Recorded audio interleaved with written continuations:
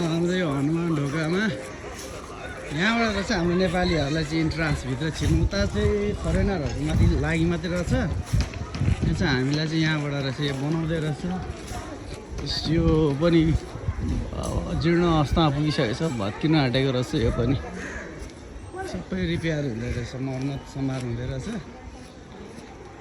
हामी नेपालीलाई चाहिँ यहाँबाट रहेछ छिर्ने ठाउँ। त्यो अघिको चाहिँ फरेनरहरूलाई मात्रै रहेछ यहाँबाट। ल टिकट कति छ अब नेपालीहरूलाई चाहिँ यहाँबाट रहेछ हनुमान ढोका दरबार सङ्ग्रहालय प्रवेशद्वार टिकट काउन्टर यहाँ रहेछ 100 रुपियाँ।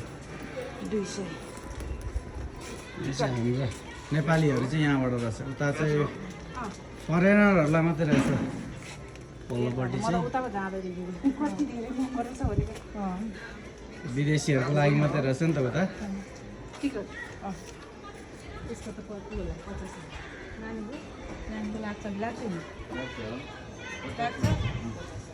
बाबु यिनीहरूको पनि लाग्छ? नलाग्नु पर्ने हो। 5 वर्ष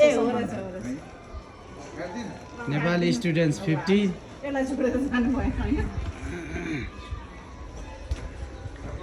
इन्ट्रान्स यहाँ रहेछ। यहाँ रहेछ प्रवेशद्वार। ल यहाँबाट ठ्याक्क छिर्ने हो अब हामी चाहिँ। टिकट काट्दैछ मान्छेहरू।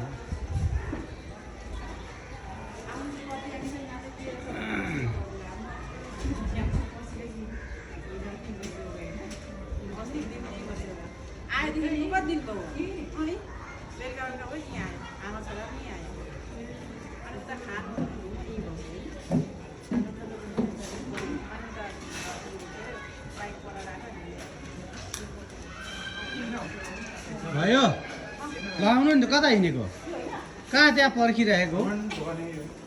इन्ट्रान्स यहाँ अघिदेखि यहाँ छु भन्छ, गफ गरेर बसिरहेछ। म त तिमी किन आउँदैन भनेर गफ गरिबस्छ। यहाँ इन्ट्रान्स यहाँ छ भन्दैछु। ए साह्रै गाह्रो हो यो नबुझ्नु पर्ने। छिर्दैछु फेरि।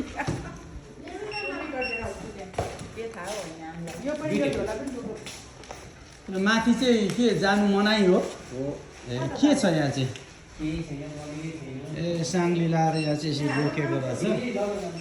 लगेर जाने हो टिकट। बाबु बोक लुजाउँ। यहाँबाट रहेछ।